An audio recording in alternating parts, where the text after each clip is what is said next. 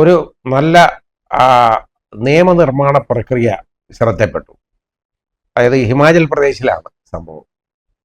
അവർ ഈ കൂറുമാറുന്ന MLA-മാർ, അതായത് ഭരണഘടനയുടെ 10ാം ഷെഡ്യൂൾ അനുസരിച്ച് അയോഗ്യരാക്കപ്പെടുന്ന MLA-മാർക്ക് അവർക്ക് പെൻഷനും മറ്റു ആനുകൂല്യങ്ങളും കൊടുക്കണ്ട എന്നുള്ള ഒരു തീരുമാനം എടുത്തു. പെൻഷനില്ല.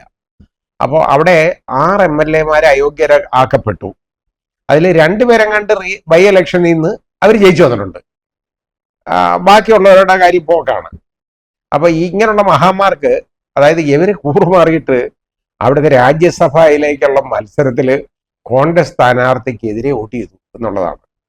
അത് കോൺഗ്രസ് സ്ഥാനാർത്ഥി എന്ന് പറയുന്നത് സിംഗ്വിയാണ് സ്ഥാനാർത്ഥി.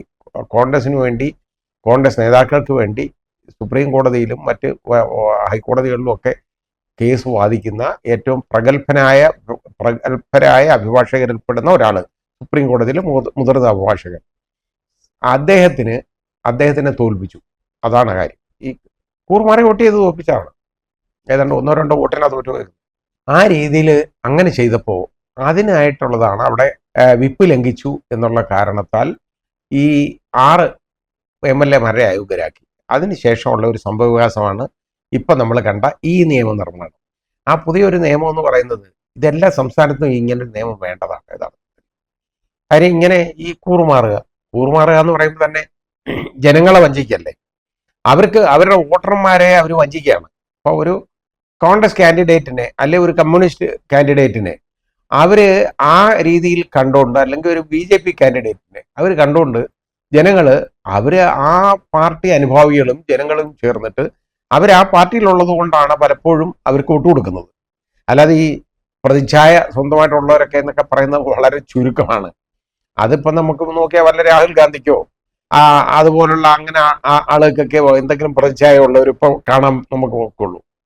അങ്ങനെ നമ്മൾ നോക്കുമ്പോൾ ഈ അതായത് സ്വന്തം പ്രതിച്ഛായ മൂലമല്ലാതെ ഈ ജനങ്ങൾ ഈ പാർട്ടി വിശ്വസിച്ചും ഇയാൾ ആ പാർട്ടിയിലാണെന്നുള്ളത് വിശ്വസിച്ചും വോട്ട് ചെയ്ത് ജയിപ്പിക്കുന്ന ഒരാൾ, അയാൾ കൂറുമാറി മറുപക്ഷത്തേക്ക് എതിർഭാഗത്തേക്ക് കയറുമ്പോൾ ജനങ്ങളെ വഞ്ചിക്കല്ലേ, അവിടുത്തെ വോട്ടർമാരെ വഞ്ചിക്കല്ലേ.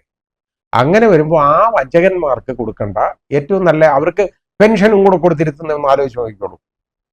അതിൻ്റെ ആവശ്യമുണ്ടോ? ഇല്ലെന്നുള്ളതാണ് ഹിമാചൽ പ്രദേശ് ഗവൺമെൻറ് അവർ തീരുമാനിച്ചത്.